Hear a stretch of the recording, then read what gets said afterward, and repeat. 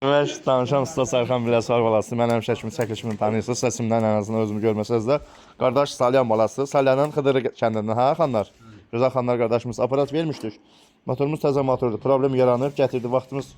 Yəni vaxt məhdudiyyətimiz var. Yəni işimiz çox tez çatdıramış. Motoru açırıq. Belə bax təzə pakovkada yeni motordan bağlayacaq üstünə. İnşallah aparacaq. İş budur, keyfiyyət budur. Çünki zamanət verəcəm. Sözümün ağasıyım. Kəlməmin yiyəsi. Mən kəlməmdən qaçan oğlan deyirəm. Hamı da tanıyır. Çünki 2008-dən 16-17 ildir. O qardaşlar da ucardan gəlir inşallah. Qardaşlar da bizdən bıçaq alır. Özləri aparat yığıb. İnşallah qardaşlar bıçaq verir. Bir-iki setka aparatlarının üstünə setka işləri görürük. İnşallah onu da yola salacaq, gezəcəklər. Siz də o birisi qardaşlar da xoş gəlibsiniz. Bir yerdə usta xanlardan xoş gəlibsiniz. Çəkiliş edim, çəkilişdə qalsınlar da xatir edin, hə? Onlar üçün.